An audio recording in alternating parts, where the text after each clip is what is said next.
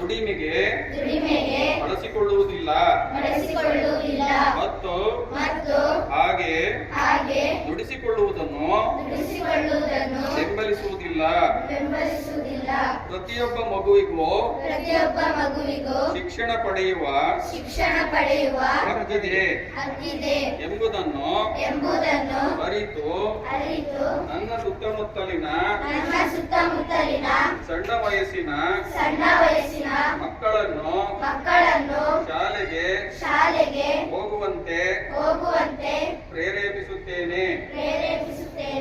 ಬಾಲಕಾರ್ಮಿಕರು ಕಂಡು ಬಂದಲ್ಲಿ ಅವರ ರಕ್ಷಣೆಗಾಗಿ ಮತ್ತು ಶಿಕ್ಷಣಕ್ಕಾಗಿ ಸರ್ಕಾರದ ಸಹಾಯವಾಣಿ 1098 ಇವತ್ತೇನಾಗಿದೆ ಅಂತ ಹೇಳಿದ್ರೆ 3 ವರ್ಷದ ಮಕ್ಕಳಿಗೂ ಕೂಡ ಊಟ ಮಾಡಲಿಲ್ಲ ಅಂತ ಹೇಳಿದ್ರೆ ಕೋತ್ ಕೊಟ್ಟು ಕೂರಿಸ್ತಾರೆ. ಅದು ಹಿಂಗೆ ಉಜ್ಜಿ ಅಂತದೆ. ಅಂತ ಪರಿಸ್ಥಿತಿ ಯಾವತ್ತಿಗೂ ಕೂಡ ಬರಬಾರ್ದು. ನಾನು ಯಾಕೆ ಹೇಳ್ತಾ ಇದ್ದೀನಿ ಅಂದ್ರೆ ಇವತ್ತಿನ ಪರಿಸ್ಥಿತಿಗಳು ಏನಾಗ್ತಾ ಇದೆ ಅಂದ್ರೆ ಮಕ್ಕಳೆಲ್ಲರೂ ಕೂಡ ನಾವು ಟಿವಿಗಳಲ್ಲಿ ಬಾಲಾಪರಾಧಗಳು ಜಾಸ್ತಿ ಆಗ್ತಾ ಇದೆ, ಮರೆಯಾಗ್ತಾ ಇದೆ. ಮನೆಯಿಂದ ಹಿಡಿದು ತಂದೆ ತಾಯಿಗಳಾದವರು ಮಕ್ಕಳಿಗೆ ಶಾಲೆಯಲ್ಲಿ ಹೇಳ್ಕೊಡೋದು ಬೇರೆ, ಮನೆಯಲ್ಲಿ ಸಂಸ್ಕಾರ ಕೊಡುವುದು ಬೇರೆ. ಮನೆ ಬಾಲ್ಯದಂತೆ ಭವಿಷ್ಯ. ಗಾಂಧೀಜಿ ಒಂದು ವಾಕ್ಯವನ್ನು ಹೇಳಿದ್ರು, ಜೈಸಾ ಬಚ್ಪನ್ ವೈಸಾ ಭವಿಷ್ಯ ಅಂತೇಳಿ. ಹಿಂದಿಯಲ್ಲಿ ಒಂದು ಪಾಠ ಇತ್ತು ನಮ್ಗೆ ಓದೋತ್ತಿಗೆ. ಬಾಲ್ಯ ಹೇಗಿರುತ್ತೋ ಹಾಗೆ ಮಕ್ಕಳ ಭವಿಷ್ಯ ರೂಪುಗೊಳ್ಳುತ್ತೆ. ನೀವು ಬಾಲ್ಯದ ಈ ದಿನದ ಈ ಕಾರ್ಯಕ್ರಮದ ಉದ್ದೇಶ ಏನಪ್ಪಾ ಅಂತ ಹೇಳಿದ್ರೆ,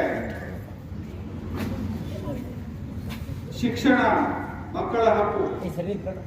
ಶಿಕ್ಷಣವನ್ನು ಪಡೆಯುವುದು ಮಕ್ಕಳ ಹಕ್ಕು. ಹಿಂದೆ ಕೇವಲ ಕೆಲವರು ಮಾತ್ರ ಶಿಕ್ಷಣವನ್ನು ಪಡೆಯುತ್ತಿದ್ರು. ನಾನು ಹೈಸ್ಕೂಲ್ ಓದುವಾಗ ನಮ್ಮ ದೇಶದ ಲಿಟ್ರಸಿ 40ರಿಂದ 45% ಇತ್ತು. ಕೇರಳದಲ್ಲಿ ಮಾತ್ರ 100% ಲಿಟ್ರಸಿಯನ್ನ ಸಾಧಿಸಿದ್ದೀವಿ ಅಂತೇಳಿ 1986ರಲ್ಲಿ ಹೇಳ್ಕೊಂಡಿದ್ರು.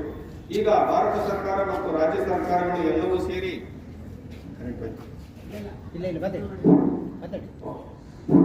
ಏನ್ ಮಾಡ್ತಾರೆ ಅಂತ ಹೇಳಿದ್ರೆ ಶಿಕ್ಷಣಕ್ಕೆ ಹೆಚ್ಚಿನ ಮಹತ್ವವನ್ನ ಕೊಡ್ತಾ ಬಂದಿದ್ದಾರೆ. ಹಾಗಾಗಿ ಪ್ರತಿಯೊಂದು ಮಗು ಶಾಲೆಯಿಂದ ಹೊರಗೆ ಉಳಿಯಬಾರದು ಎಂಬುದು ಸರ್ಕಾರದ ಧ್ಯೇಯ.